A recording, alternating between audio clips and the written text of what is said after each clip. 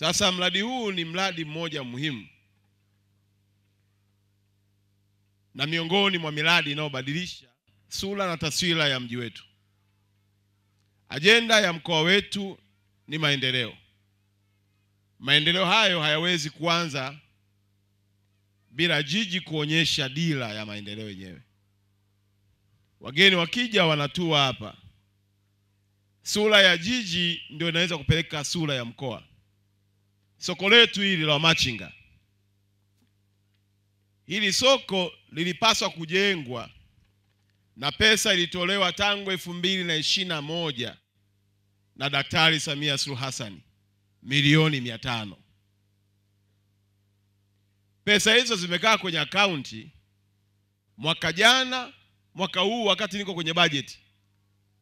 Nafikiri watu wa uchumi mko hapa. Niliuliza maswali, kwa nini hamjengi soko la Machinga na pesa mnazo tangu 2021? Fikiria, pesa zimekaa 2021, 2022, 2023, 2024. Mwaka huu mimi ndio nakuja kugundua kuna milioni 500 zimeletwa na Daktari Samia kwa ajili ya ujenzi wa soko la Machinga jiji la Arusha, na ziko kwenye akaunti hawajengi.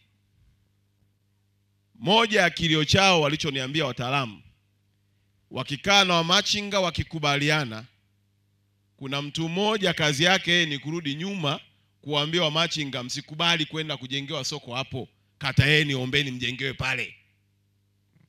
Wamekaa miaka hiyo yote, hela ziko kwenye akaunti. Na hizi pesa sio hela za jiji, hizi pesa zimeletwa na Daktari Samia. Nikawaambia, huu mwaka ukiisha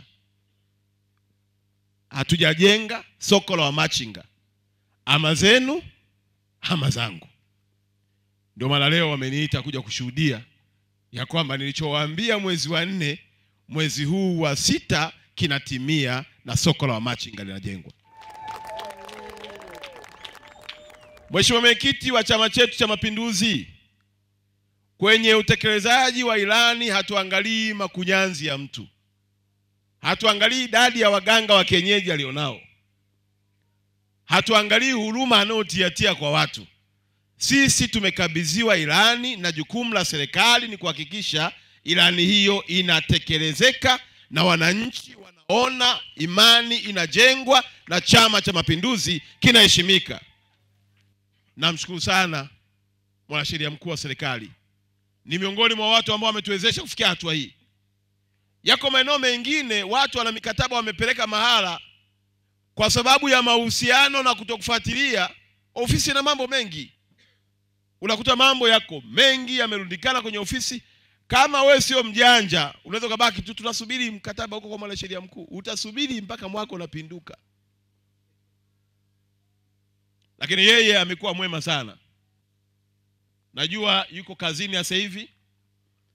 Ameenda nje kusimamia mkataba mkubwa ambayo ni sehemu ya matokeo ya mapinduzi makubwa anayofanya Daktari Samia ya kuhakikisha kwamba ule mradi wa Liganga kule na wenyewe unaingia kwenye rekodi ya serikali ya awamu ya 6. Kwa nakushukuru sana kakaangu Johari. Usituchoke mkoa wetu wa Arusha. Tushike mkono ili miradi yote iliyobaki tunataka yote tuikwamue. Mimi hapa ndoto yangu tarehe 1 mwezi wa 7 usiwepo mradi hata mmoja ambao pesa zipo, nia ipo, alafu msaiti hakuna mkandarasi. Hapana.